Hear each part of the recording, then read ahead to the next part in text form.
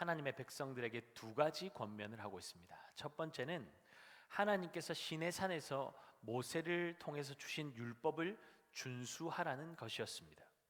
하나님의 백성 이스라엘이 고통과 탄식이 가득한 저주스러운 삶을 살고 있던 이유가 무엇이었습니까? 하나님께서 그들에게 주신 율법을 따라 살지 않았기 때문입니다. 그러니 하나님께서 말라기 선지자를 통해서 마지막까지 외치도록 하신 말씀이 무엇입니까? 4절이죠. 너는 내가 호렙에서 온 이스라엘을 위하여 내 종 모세에게 명령한 법 곧 율례와 법도를 기억하라. 하나님이 주신 말씀을 지켜서 행하라는 것입니다. 하나님께서 모세를 통해서 지키라고 명령하신 율례와 법도를 이방 민족이 아니라 이스라엘을 위하여 주셨다는 것은 이스라엘을 위한 특별한 목적과 의도가 있다는 것 아닙니까? 결코 그들을 힘들게 하려거나 무거운 짐을 지우기 위한 것이 아니라는 것입니다. 하나님의 백성 이스라엘은 하나님께서 주신 율례와 법도에 담긴 하나님의 깊은 애정과 사랑을 기억해야만 했습니다. 그러나 그들은 말라기가 시작하는 서두에서 말하는 것처럼 내가 너희를 사랑하였다는 하나님의 사랑 고백 앞에 하나님이 언제 우리를 사랑하셨냐고 그 사랑을 무시하고 짓밟았던 것이죠. 율법을 주신 하나님의 말씀을 이해하지 못하니까 그들에게 율법은 의무 조항에 그칠 수밖에 없었던 것입니다. 의무감에 지키려고 하니까 피곤하고 지치는 것이죠. 주었으면 돌아오는 것이 있어야 하는데 기대하는 것이 돌아오기는커녕 더 비고 말라버리는 것에 그들은 환멸을 느끼고 있었습니다. 그러니 이스라엘 백성들 가운데는 하나님 섬겨봐야 득되는 것이 없다고 냉소적인 그 말들과 인식만 가득했던 것이죠. 그들의 삶의 결핍과 깨어짐은 사실 그들이 하나님을 떠났기 때문에 벌어진 죄의 결과 아니었습니까? 물론 그들의 몸은 하나님 곁에 있었습니다. 절기를 지켰고 제물도 바쳤고 제사도 드렸습니다. 그런데 문제는 무엇입니까? 그들의 마음이 떠났다는 것이죠. 사랑의 관계 속에서 이것만큼 큰 치욕이 어디 있습니까? 대단한 선물을 가져다 주지 않아서 치욕입니까? 몸은 함께하며 시간을 보내고 있지만 상대방의 시선이 그 마음이 다른 곳을 향해 있는데 도대체 뭘 갖다 주면 행복할 수 있을까요? 여러분, 탕자의 아버지 집에 있던 큰아들의 문제가 이것 아닙니까? 동생처럼 아버지의 유산을 요구한 적도 없고 아버지의 곁을 떠난 적도 없습니다. 그는 늘 아버지의 집에서 아버지의 일을 열심히 감당했습니다. 그런데 그는 하인과 별반 다를 바가 없었던 것이죠. 장성한 아들이라면 아버지와 자신의 끊을 수 없는 관계, 그 관계 안에서 누리는 친밀함, 아버지의 마음을 전부는 아니라고 할지라도 그 마음이 어떠할지를 이해하고 그 마음을 위로하는 자리에 서야 하는데 그는 원망으로 가득합니다. 자신이 받아야 할 임금을 제대로 받지 못한 인부처럼 왜 나는 열심히 일했는데 내 수고와 열심은 몰라주냐고, 왜 나에게는 아들 대접을 제대로 해주지 않냐고, 저 벌받아 마땅한 인간보다 내가 도대체 못한 것이 뭐냐고 그렇게 이를 갈고 있었던 것이죠. 여러분, 아버지가 이 큰아들에게 원하신 것이 무엇일까요? 뭘 원했을까요? 죽도록 일해서 동생 때문에 손실 본 것들 다 메우고 가정을 다시 번성하도록 일으키는 것, 그것 아버지가 원하셨겠습니까? 아버지 집에서 품삯을 받기 위해서 밥값이나 제대로 하라고 하인처럼 뼈 빠지게 일하는 것을 원하셨을까요? 그렇지 않죠. 그저 아버지는 아들이 아버지의 집에서 아들됨을 누리는 것을 원하지 않으셨을까요? 아들로서 아버지의 일을 하면 이것이 곧 누구의 일입니까? 내 일 아닌가요? 아버지 일, 내 일 그렇게 구분됩니까? 아버지 재산, 내 재산 구분됩니까? 아버지의 재산이 곧 아들의 재산 아닙니까? 아버지는 네 거 내 거 구분합니까? 내 것이 곧 네 것 아니냐, 누려라 하시지 않습니까? 그런데 이 큰 아들은 그렇게 하지를 못하는 것이죠. 저는 이것이 바로 종의 영을 가진 자들의 모습이라고 생각합니다. 종의 영. 여러분, 종의 영을 받으셨습니까? 양자의 영을 받으셨습니까? 아멘. 로마서 8장 15절 우리 함께 볼까요? 너희는 다시 무서워하는 종의 영을 받지 아니하고 양자의 영을 받았으므로 우리가 아빠 아버지라고 부르짖느니라. 아멘. 여러분, 우리가 주님의 몸인 아버지 집에서 사역을 감당할 때도 마찬가지 아닙니까? 내가 하나님의 일 얼마나 열심히 많이 한 줄 알아요? 그만큼 했으면 나에게는 이 정도 해줘야 되는 것 아닙니까? 저 사람은 한 것도 없는데 뭘 그렇게 잘해줍니까? 송아지는 왜 잡아줍니까? 잔치는 왜 열어주는 건데요? 나에게는 그 흔한 햄 쪼가리 하나 안 주면서 자신에게 적절한 보상을 안 해준다고 그렇게 원망하고 불평하고 있다면 자녀의 삶과 한참 거리가 먼 것 아니겠습니까? 결국 이스라엘을 망쳤던 것은 이 노예 근성을 탈피하지 못했던 것 때문 아닙니까? 그러니 그들은 늘 피해의식에 젖어서 사는 것이죠. 자녀인데 뭘 죄 때문에 내가 손해봤어?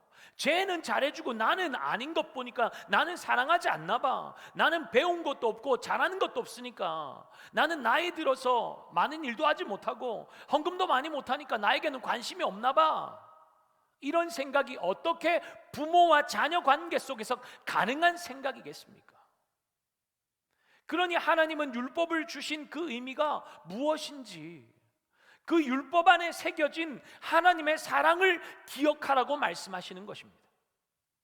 저는 하나님께서 지금 이 백성들이, 하나님의 백성 이스라엘이 그 율법을 지키는 것보다 그것을 주신 의미를 깨달아 아는 것에 더 큰 무게를 두고 계신다고 생각합니다. 왜죠?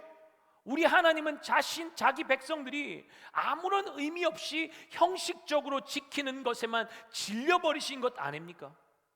꽂아놓은 보리자루처럼 앉아서 아무런 기대감 없이 예배드리고 앉아있는 자기 백성들을 보시는 하나님의 심정은 도대체 어떠셨을까요? 이미 다른 여자에게 마음 떠나버린 연인을 옆에 붙잡아 두려고 애쓰고 있는 여인의 심정과 감히 비교나 되겠습니까? 처참함 그 자체 아닙니까? 그러니 율법을 주신 하나님의 사랑의 마음을 먼저 기억하라는 것이죠. 제대로 알라는 것입니다. 그러면 그들의 형식적인 지킴이 달라지게 될 테니까요. 그들의 죄를 가리기 위해서 의미 없이 반복되고 있는 종교 행위가 끊어지고 아버지의 사랑으로 돌이킬 수 있기 때문인 것이죠. 사랑하는 여러분, 하나님의 말씀 안에서 우리를 향한 그분의 사랑이 깨달아지는 은혜가 있기를 예수 그리스도의 이름으로 축복합니다. 그러면 형식주의는 끊어지게 됩니다. 주님의 사랑과 맞닿기만 하면 우리의 예배는 더욱더 깊어지고 더욱더 새로워지게 될 것입니다. 더 이상 의무감으로 지키는 예배가 될 수 없는 것이죠. 보상을 위해서 봉사하고 섬기는 노예 근성도 완전히 사라져버리게 될 것입니다. 자녀답게 사는 삶이 회복되는 것이죠. 여러분, 이것이 우리 주님께서 간절히 원하시는 것 아닙니까? 하나님을 경외하는 백성 되도록 공의로운 해를 비추시고 치료하는 광선을 비추셔서 죄에 얼룩진 자녀들의 삶을 회복시키고 새롭게 하시겠다는 것입니다. 그러니 어떻게 하라는 것이죠? 회개하고 돌아오라는 것입니다. 우리 하나님은 끝까지 포기하지 않으십니다. 5절이죠. 5절 함께 읽겠습니다. 보라, 여호와의 크고 두려운 날이 이르기 전에 내가 선지자 엘리야를 너희에게 보내리니. 엘리야는 세례 요한을 말합니다. 마태복음 11장 13절 14절 제가 읽겠습니다. 모든 선지자와 율법이 예언한 것은 요한까지니 만일 너희가 즐겨 받을진대 오리라 한 엘리야가 곧 이 사람이니라. 우리가 잘 아는 바와 같이 말라기 이후에 400년 동안 하나님은 침묵하십니다. 더 이상 선지자도 보내지 않으시고 세상은 어둠에 잠식당해서 모든 것이 끝난 것처럼 보였습니다. 그런데 400년이 지난 어느 날 하나님은 세례 요한을 통해서 백성들에게 말씀하시는 것이죠. 세례 요한의 메시지가 무엇이었습니까? 천국이 가까이 왔으니 회개하라는 것이었습니다. 그 백성을 끔찍하게 사랑하시는 하나님께서 왜 말라기의 마지막 메시지인 아버지께로 돌이키라는 메시지 이후에 400년 동안 침묵하셨습니까? 아무리 많은 선지자들을 보내어서 죄를 선포하고 돌아오라고 그렇게 외쳐도 끝내 회개하고 돌이키지 않고 하나님께로 나오지 않았기 때문 아닙니까? 그러니 400년의 침묵을 깬 그 첫 마디가 무엇이었죠? 회개하라는 것이었습니다. 예수님 공생의 사역의 첫 시작도 이 메시지 아닙니까? 회개하라, 천국이 가까이 왔느니라. 이처럼 회개는 절대로 가볍게 다룰 주제가 아닙니다. 회개는 사람들이 반기는 주제도 아니죠. 그래서 회개를 외치면 미움 받습니다. 마가복음에서 우리가 주일마다 살펴보듯이 회개를 외치다가 세례 요한처럼 못 베어 죽임 당할 수도 있는 것이죠. 그러나 회개를 지나쳐 버리면 목 베어 죽임 당하는 것과 비교할 수 없는 저주가 있기에 결코 그냥 넘어갈 수가 없는 것입니다. 용광로 불과 같은 마지막 심판의 날을 위한 준비로 하나님의 백성들에게 선지자가 권면하는 두 번째 메시지는 무엇입니까? 여호와의 크고 두려운 날, 심판의 날이 반드시 임할 것이라는 사실을 기억하라는 것입니다. 그날은 온다는 것이죠. 6절 우리 함께 읽겠습니다. 그가 아버지의 마음을 자녀에게로 돌이키게 하고 자녀들의 마음을 그들의 아버지에게로 돌이키게 하리라. 돌이키지 아니하면 두렵건대 내가 와서 저주로 그 땅을 칠까 하노라 하시니라. 아멘. 여러분, 회개의 핵심이 무엇입니까? 회개의 핵심, 아버지 하나님과의 올바른 관계로 돌이키는 것이 회개의 핵심입니다. 탕자의 회개가 그 과정을 잘 보여주지 않습니까? 탕자가 아버지의 재산을 가지고 먼 나라로 떠날 때 그의 몸뿐만 아니라 마음까지도 아버지에게서 멀어졌습니다. 그런데 탕자가 궁핍하게 되었을 때 그가 뭐라고 고백합니까? 누가복음 15장 17절 볼까요? 이에 스스로 돌이켜 이르되 내 아버지에게는 양식이 풍족한 품꾼이 얼마나 많은가, 나는 여기서 줄여 죽는구나. 이에 스스로 돌이켜 이르되, 그렇게 말하고 18절에서는 이렇게 결단합니다. 내가 일어나 아버지께로 가서 이르기를 아버지, 내가 하늘과 아버지께 죄를 지었사오니. 그리고 20절에서는 그 결단을 실행으로 옮기고 있죠. 이에 일어나서 아버지께로 돌아가니라. 아버지께로 돌아가는 것이 회개입니다. 돌아가니까 다 회복되는 것 아닙니까? 그것이 아버지와 아들의 관계성입니다. 하나님께서 지금 이스라엘에게 원하시는 것이 바로 이것 아닙니까? 돌아오기만 하면 다 회복시키시겠다는 것입니다. 그동안 어떻게 살았든 상관없다는 겁니다. 괜찮다는 것입니다. 돌아오기만 하면 된다는 것입니다. 그래서 약속하셨던 것이 무엇이죠? 말라기 3장 11절 12절 볼까요? 만군의 여호와가 이르노라 내가 너희를 위하여 메뚜기를 금하여 너희 토지 소산을 먹어 없애지 못하게 하며 너희 밭에 포도나무 열매가 기한 전에 떨어지지 않게 하리니 너희 땅이 아름다워짐으로 모든 이방인들이 너희를 복되다 하리라. 만군의 여호와의 말이니라. 아멘. 경제적인 회복뿐만 아니라 실추되었던 그들의 명예까지도 회복시켜 주시겠다고 약속하고 계십니다. 그리고 오늘 본문에 약속하는 것은 무엇입니까? 6절 다시 볼까요? 그가 아버지의 마음을 자녀에게로 돌이키게 하고 자녀들의 마음을 그들의 아버지에게로 돌이키게 하리라. 가정의 회복을 말하는 것 아닙니까? 여기서 말하는 아버지는 하나님을 말하는 것이 아닙니다. 원어 성경에 보면 아버지들이라고 되어 있습니다. 육신의 아버지를 말하는 것이죠. 하나님에게서 멀어졌던 말라기 시대의 가정이 어떻게 온전할 수 있었겠습니까? 불가능한 것이죠. 하나님과의 관계가 깨어지면 다 무너져 내리게 되어 있습니다. 그들이 이방 여인과 결혼하기 위해서 어려서 맞았던 아내를 버려버리고 가정에서 학대를 일삼으니 그 학대를 당하는 가정의 그 자녀들과 그 여인들의 눈물과 울음과 탄식이 여호와의 제단 앞에 가득했던 것 아닙니까? 그들은 그렇게 해놓고 자신들의 죄악을 종교적인 행위로 거짓 눈물로 감추려고 했죠. 그러니 하나님께서 뭐라고 말씀하십니까? 말라기 2장 16절입니다. 이스라엘의 하나님 여호와가 이르노니 나는 이혼하는 것과 옷으로 학대를 가리는 자를 미워하노라. 만군의 여호와의 말이니라. 그러므로 너희 심령을 삼가 지켜 거짓을 행하지 말라. 이런 지경에 있었으니 어떻게 가정이 온전할 수 있겠습니까? 아버지와 자녀의 관계는 상처와 증오와 아픔으로 가득했던 것이죠. 이방인들이 하는 더러운 짓을 하면서 하나님 앞에 가서는 아무 일도 없었다는 듯이 은혜 받은 사람처럼 거짓 눈물로 제사드리고, 집으로 돌아와서는 온갖 폭언과 학대를 입삼는 이중적이고 위선적인 부모의 모습에 자녀들의 마음이 닫혀버리는 것 아닙니까? 하나님은 우리 아버지라고 하는데 내 부모와 같은 분이 하나님이시라면 나는 그런 하나님 안 믿겠다는 것이죠. 그런 분이 어떻게 하나님일 수 있냐는 것입니다. 여러분, 이것이 혹시 우리의 현실은 아닙니까? 네, 나는 바람피고 가늠한 적도 없고 자녀를 학대한 일도 없습니다. 성실하게 신앙생활하고 있고 가족을 위해 열심히 일하면서 희생하고 있습니다. 그런 분이 대부분이겠죠. 그런데 하나님과의 관계는 어떠하냐는 것입니다. 교회 봉사 많이 하고 공예배에 참석 열심히 하고 좋지만 그것이 하나님과 나의 관계가 친밀하게 맺어져 있다는 징표는 아니지 않습니까? 말라기 시대의 이스라엘 백성들도 열심히 신앙생활했습니다. 자기 기준에서 말입니다. 우리가 열심히 하고 있다는 것도 자기 기준 아닙니까? 종교 생활하면서 내가 이렇게 열심히 하니까 하나님도 감동하고 좋아하실 것이라고 착각할 수도 있는 것이죠. 그러면서 신앙과 삶이 분리된 삶을 살아가는 것 아닙니까?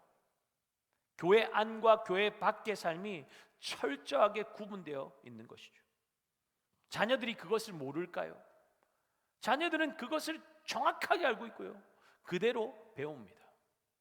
그렇게 가정에서 종교 복제품이 양산되는 것입니다. 무섭고 두렵지 않습니까? 예전에 어떤 부부의 에피소드를 잠깐 이야기했던 기억이 있는데, 젊은 부부가 주일 아침에 자녀와 함께 교회로 향하고 있습니다. 이 부부는 교회에서 너무너무 귀한 일꾼입니다. 밝고 명랑하고 싹싹하고 성실하고 모든 성도들에게 인정받는 참 좋은 부부입니다. 그런데 교회에서만 그렇습니다. 물론 가정에서 나쁘게 행동하고 도덕적으로 타락한 삶을 산 것은 아니었지만, 가정에서 교회에서 행동하는 삶이 가정에서 나타나지 않았던 것 같습니다. 교회를 향하는 차 안에서 뒷좌석에 앉은 딸의 한마디에 부부는 엄청난 충격을 받게 됩니다. 어떤 말이었을까요? 이 어린 꼬마아이가 이렇게 이야기하는 거예요. 우리 엄마 아빠 오늘 또 교회 가서 연기한다고 엄청 힘들겠네. 교회 가서 연극한다는 거예요. 연기한다는 거예요. 삶이 다르다는 것 아닙니까? 교회에서 삶과 세상 속에서의 삶이. 교회와 가정, 교회와 직장, 교회와 세상 속에서의 삶이 다르다는 것이죠. 물론 쉽지 않습니다. 그러나 우리가 늘 기억해야 할 것은 우리는 예수 그리스도의 편지라는 사실입니다. 한번 따라할까요? 나는 예수 그리스도의 편지다. 어떻게 살아야 될까요? 우리의 삶을 통해서 우리의 자녀들은, 우리의 직장 동료들은, 세상 사람들은 예수님이 어떤 분이신지를 본다는 것입니다. 내 말이 예수를 증거하고 있고 나의 표정이, 나의 행동이 예수는 이런 분이시라는 것을 드러내고 있다는 것을 잊지 말아야 합니다. 우리 다음 세 자녀들이, 청년들이 학교 기도 모임을 열심히 하고 있습니다. 부모님들이 뒤에서 열심히 기도하고 있고, 간식도 과자 봉다리 하나 주는 게 아니라 다양한 종류의 간식을 예쁜 포장지에 담아서 정성스럽게 기도 모임 참석한 아이들뿐만 아니라 전도할 아이들에게까지 나누어질 간식을 준비해서 보내고 후원하고 있는데, 예수님 믿는다고 하고 학교에서 기도도 하는데 그 친구가 학교에서 하는 행동과 말이 아름답지 않다면, 연약한 친구들을 도와주고 친구들 사이에서 화목하게 만드는 역할이 아니라 분쟁하게 만들고 왕따시키는 것을 주도하고 수업 시간에 공부 안 하고 제일 뺀질거리고 있다면 누가 그런 사람이 믿는 예수님을 믿고 싶을까요?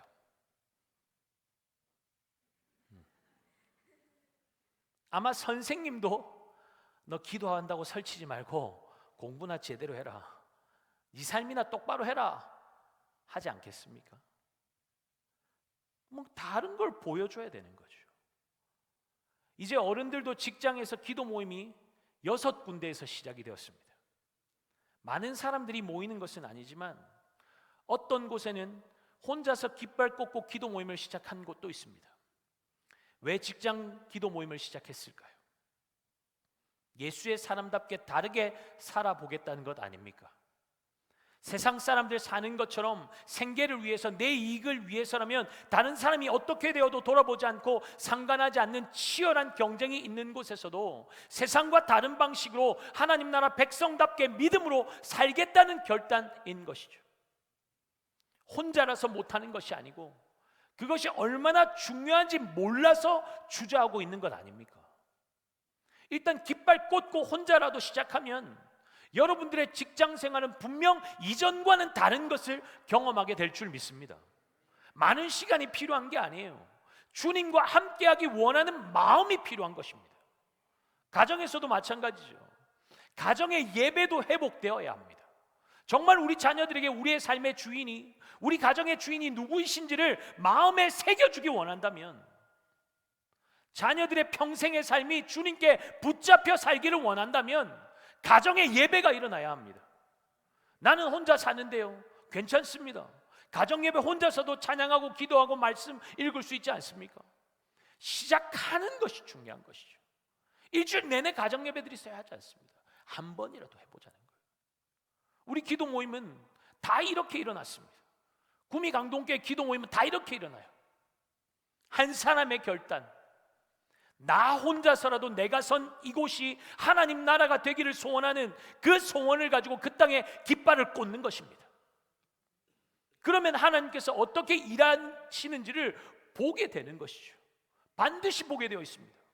우리 자녀들 학교 기도 모임이 지금 31개 학교에서 진행되고 있습니다. 하나도 안 놀랍죠? 함께하는 교회들이 일어나게 해달라고 기도만 했어요. 솔직히 찾아다니고 싶은 마음이 많았어요. 근데 하나님께 맡겨드렸습니다. 하나님의 때에 하나님의 방법으로 하는 걸 우리가 보고 싶습니다. 그랬더니 하나님께서 때가 되니까 계속 교회들도 붙여주는 거예요. 초교파적으로 동력하게 하시고, 사람들도 어디서 보내주신지 계속 붙여주시고 계십니다. 기도하면 사람이 할 수 없는 일이 일어나는 것입니다. 여러분 믿으십니까? 가정의 회복, 부모와 자녀의 연합은 함께 여행 다니면서 좋은 것 먹고 좋은 것 보고 좋은 것 먹고 시간 많이 보낸다고 되는 것이 아닌 것을 모두가 인정하실 것입니다. 물론 도움은 되겠지요. 그러나 그것이 근본적인 해결책이 될 수 없다는 것을 알지 않습니까? 결국 아버지의 마음이 자녀들에게, 자녀들의 마음이 아버지께로 돌이키게 하는 것은 오직 하나님 안에서만 가능하다는 것입니다. 가정 안에 말할 수 없는 여러 가지 문제들이 얼마나 많습니까? 자녀들의 문제가 꼭 부모들의 믿음 없음 때문이라고 단정 지을 수는 없습니다. 그러나 부모의 믿음에 영향이 없다고 말할 수도 없는 것이죠. 부모의 믿음의 여부가 자녀들에게 반드시 영향을 미치게 되어 있습니다. 가정 안에서 찬양과 기도가 그쳐버린 가정과 자녀들과 대화의 공통 주제가 하나님인 가정과 과연 같을 수가 있겠습니까? 그렇다면 믿지 않는 배우자, 믿지 않는 자녀들이 있는 가정은 어떻게 하라는 말입니까? 당장 이 질문이 생기겠죠. 그래서 제가 앞서 말씀드렸죠. 나중에 배우자나 자녀가 예수 믿게 되면 꼭 그때 가정 예배 드려야지, 언제가 될지도 모르는 그날을 막연하게 기다릴 것이 아니라 지금 혼자라도 가정의 믿음의 깃발을 꽂는 것이 중요한 것 아니겠습니까? 믿음의 사람이 가정의 깃발 꽂아버리는 거예요. 이미 나로 인하여서 하나님을 하나님 되게 인정하는 나로 인하여서 이 가정에 하나님 나라가 임한 줄 믿습니다. 그렇게 깃발 꽂는 거예요. 그렇게 축복하며 기도하는 거예요. 그럼 하나님 역사하시는 것이죠. 가정의 온전한 회복은 오직 하나님 안에서만 가능하다는 것을 기억하고 하나님께로 돌이켜 하나님 한 분만 붙잡는 저와 여러분의 삶이 될 수 있기를 예수님의 이름으로 축복합니다. 이 말씀에서 가정의 온전한 회복은 부모와 자식 간의 불화의 관계가 회복되어서 화목하게 된다는 의미도 있겠지만, 가정이 회복되어야 하는 가장 큰 이유는 가정의 부모와 자녀 세대들이 하나 되어서 다시 오실 주님을 맞을 준비를 하는 것 아니겠습니까? 부모의 삶의 목적도 하나님 나라, 자녀들도 공부하고 미래를 준비하며 사는 목적이 이 땅에 하나님 나라를 확장하는 것이 될 수만 있다면, 그것이 진짜 하나님께서 기뻐하시는 가정의 모습 아닐까요? 여러분, 한번 만약에 아이들이, 여러분들이 설거지하고 있는데 자녀들이 와서 엄마는 사는 목적이 뭐예요? 질문한다면, 갑작스럽게 질문한다면 대답할 준비가 돼 있으세요? 내가 보니까 엄마는 이 목적을 위해 사는 것 같아요. 근데 그게 하나님 나라가 아닌 것 같아요. 그 말 들으면 어떨까요? 충격 아닐까요? 근데 자녀가 아버지를 바라보면서, 어머니를 바라보면서, 내가 어머니 밑에서 이렇게 자라면서 양육받으면서 지켜보니까 엄마는, 아빠는 정말 하나님 나라를 위해 사는 분 같아요. 그런 말 들을 수 있다면 최고의 칭찬 아닙니까? 최고의 칭찬 아닙니까? 정말 여러분, 부모의 관심이, 부모가 사는 목적이, 우리 자녀들이 사는 목적이 하나님 나라가 될 수 있기를 예수님의 이름으로 축복합니다. 정말 주님이 기뻐하시는 가정의 모습으로 회복되어지는 은혜가 있기를 예수님의 이름으로 축복합니다. 말라기는 장차 임하실 언약의 사자로 말미암아서 부모와 자식이 하나 되어서 함께 여호와의 언약을 준수하는 그날이 반드시 오게 될 것임을 미리 내다보면서 선언하고 있습니다. 우리 가정은 이미 너무 늦어버린 것 아닌가? 진작 알았다면 좋았을 것을. 여러분, 그런 후에는 어떤 도움도 되지 않는다는 것 아시죠? 하나님 앞에서 늦은 때가 어디 있습니까? 진작 좀 돌이키지, 너무 늦었다, 안타깝다. 우리 하나님이 그렇게 하시는 분이십니까? 그렇지 않죠. 하나님께로 돌이키는 것은 언젠가는 좋아지겠지 막연한 기대로도 안 됩니다. 즉시 일어나서 아버지께로 돌아가는 것이 진정한 회개이고 회복의 발걸음이 되는 것입니다. 여러분, 이스라엘 백성들의 막연한 기대와 소망이 무엇이었죠? 자신들은 하나님의 백성이니 심판과는 상관이 없다고 생각했죠. 하나님의 심판의 엄중한 칼날이 죄로 얼룩진 자신들을 향하고 있는데도 우리는 절기도 지키고 하나님께 제물도 바치고 제사도 드리고 율법도 지키고 있으니 아무런 문제가 없다고 굳게 믿고 있었다는 것입니다. 이미 구원받았고 하나님의 백성 되었는데, 하나님 곁에 딱 붙어 있는데 무엇이 문제가 있겠냐고. 우리는 돌이킬 필요가 없다는 것이 그들이 가진 헛된 망상이었다는 것입니다. 탕자의 큰형처럼 나는 아버지 집에서 다 하고 있으니까 문제가 없고, 다만 문제가 있다면 아버지에게 문제가 있다고 말하는 것처럼 이스라엘은 모든 문제의 책임을 하나님께로 돌리고 있었습니다. 그러니 돌아오라는 주님의 애타는 외침 앞에 우리가 어떻게 하여야 돌아가리까, 이런 말이나 하고 있는 것 아닙니까? 돌이킬 게 없는데 뭘 돌이키라는 거냐고. 끝내 돌이키지 않겠다는 것이죠. 그들은 회개를 거부합니다. 그런 이스라엘 향한 하나님의 마지막 선고는 무엇이었습니까? 저주죠. 6절입니다. 돌이키지 아니하면 두렵건대 내가 와서 저주로 그 땅을 칠까 하노라 하시니라. 여기서 말하는 저주는 헤렘, 완전한 진멸을 의미합니다. 너희 소망의 중심의 약속의 땅에는 하나님이 계시고 그곳은 절대적으로 안전하다고 확신하고 있겠지만, 하나님은 돌이키지 않으면 그 확신을 잿더미로 만들어 버리시겠다는 것입니다. 여러분, 하나님께서 이스라엘 백성들에게 가나안 땅을 유업으로 주시고 그 땅에 살던 가나안 족속을 헤렘, 완전히 진멸하라고 명령하신 이유가 무엇이었습니까? 하나님 앞에 가나안 족속들의 부패함과 그 사악함의 죄가 가득 쌓였고, 그 죄를 남겨두면 결국 그 죄가 하나님의 백성들을 타락시킬 것이기에 하나님은 가나안 족속과 그 가축들까지도 하나도 남기지 말고 완전히 진멸하라고 명령하셨던 것입니다. 죄 싹을 잘라버리라는 것이죠. 그리고 분명히 경고하셨습니다. 레위기 18장 26절에서 30절 말씀인데 우리 함께 말씀을 보겠습니다. 그러므로 너희 곧 너희의 동족이나 혹은 너희 중에 거류하는 거류민이나 내 규례와 내 법도를 지키고 이런 가증한 일에 하나라도 행하지 말라. 너희가 전에 있던 그 땅 주민이 이 모든 가증한 일을 행하였고 그 땅도 더러워졌느니라. 너희도 더럽히면 그 땅이 너희가 있기 전 주민을 토함같이 너희를 토할까 하노라. 이 가증한 모든 일을 행하는 자는 그 백성 중에서 끊어지리라. 그러므로 너희는 내 명령을 지키고 너희가 들어가기 전에 행하던 가증한 풍속을 하나라도 따름으로 스스로 더럽히지 말라. 나는 너희의 하나님 여호와이니라. 아멘. 죄에 대해서 예외 적용 같은 것은 없다는 것 아닙니까? 우리 하나님은 죄를 허용하지 않으십니다. 거룩하신 하나님 앞에 죄는 반드시 진멸당합니다. 자기 사랑하는 백성이라고 할지라도 죄에서 돌이키지 않으면 심판하시는 분이 우리 하나님이시라는 것입니다.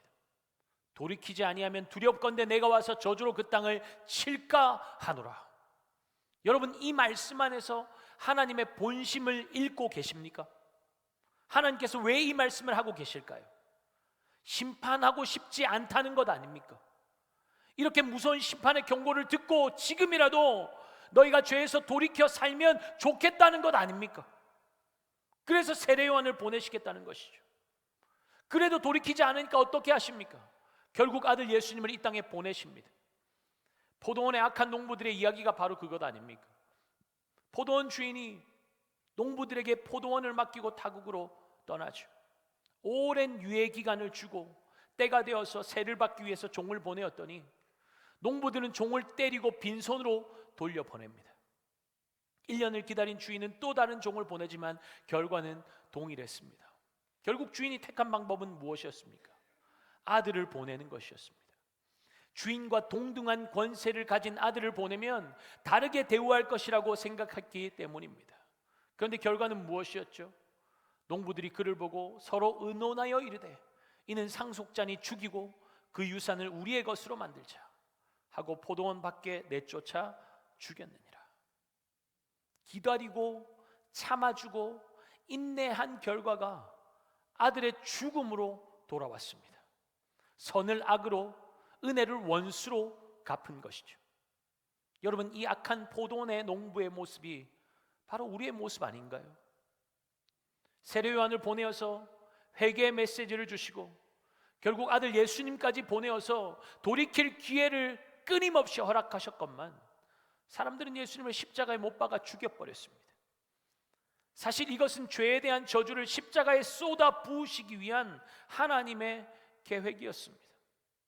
인생 중에 그 처참한 하나님의 진노를 받아낼 인생은 없었기 때문입니다. 그래서 예수님께서 우리의 죄의 짐을 지고 십자가에 오르신 것 아닙니까? 그것이 우리를 향한 하나님의 사랑입니다. 세상을 창조하신 하나님은 그 목적대로 세상이 움직이지 않으면 진멸하고 새롭게 또 창조하시면 됩니다. 그럴 지혜와 능력이 충분하신 분이시죠. 그럼에도 그렇게 하지 않으십니다. 우리가 무엇이간데 이렇게 기다려 주십니까? 왜 기회를 주시고 또 주십니까? 왜 그렇게 거절당하고 수치를 당하면서까지 참으십니까? 왜 아들의 생명을 내어주시는 낭비까지 하면서 우리를 놓지 못하십니까? 여러분, 그것이 사랑 아닌가요? 그것이 사랑 아닌가요? 우리는 돌아서도 그분은 절대로 돌아서지 않으시는 것이죠. 하나님은 변함없는 사랑으로 우리를 끊임없이 기다리십니다. 우리는 내가 원하는 것 들어주면 쉽게 끌어올랐다가 조금만 응답이 지체되면 내가 원하는 방식으로 응답이 돌아오지 않으면 금세 식어버리는 사랑 아닙니까? 그러나 우리를 향한 하나님의 사랑은 무조건적이죠. 떠나고 모른 척해도 거부하고 돌아서도 그 마음을 갈갈이 찢어 놓아도 하나님의 사랑은 용광로 불처럼 뜨겁게 영원히 타오를 것이고 그 사랑이 끝까지 우리를 추격하여서 반드시 온전한 사랑의 관계로 이끌어 가실 것입니다. 그래서 때로는 질투하는 불에 우리가 데이기도 하고 우리 안에 주님이 아닌 것들로 가득한 것들이 태워지고 사그라지는 아픔을 경험하기도 하는 것입니다.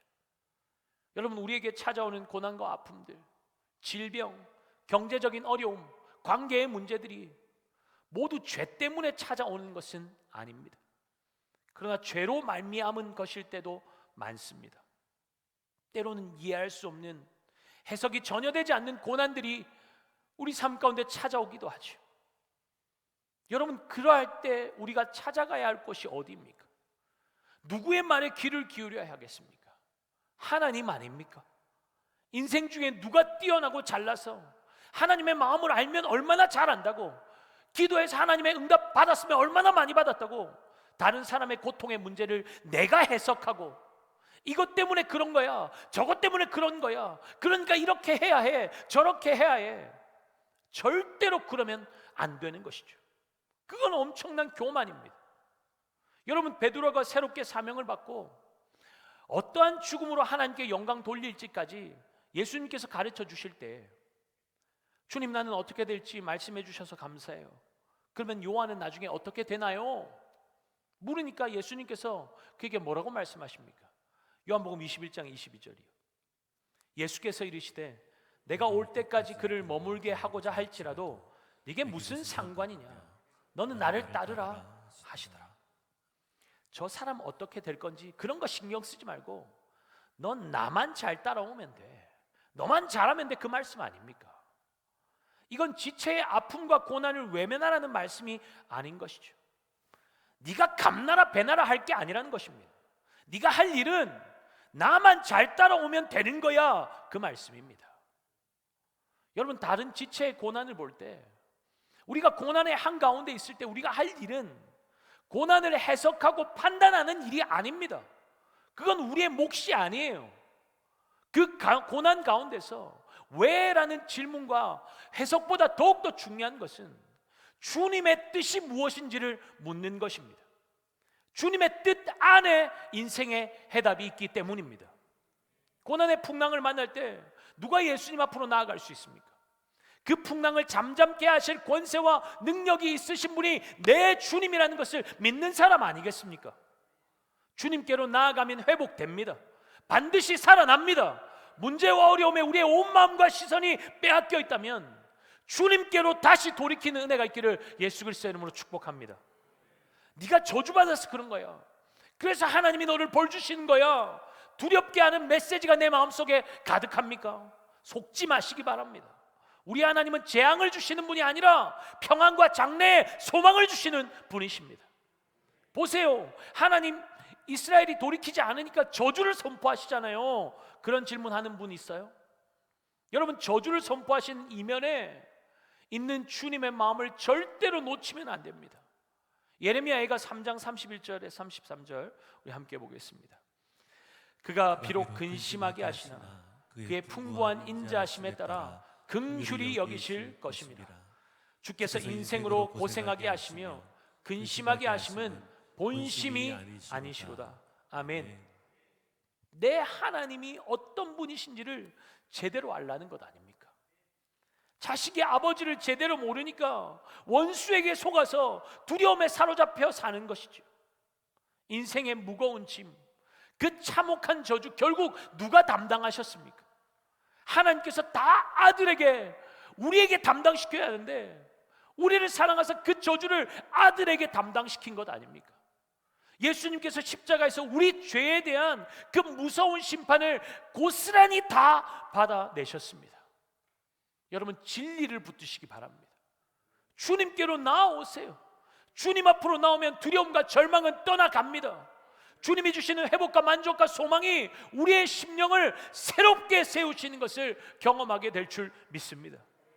이 밤 주님께로 온전히 돌이켜 참된 회복과 참된 생명을 받아 누리는 주의 백성들 되시기를 예수 그리스도의 이름으로 축복합니다. 우리 다 함께 자리에서 일어나서 함께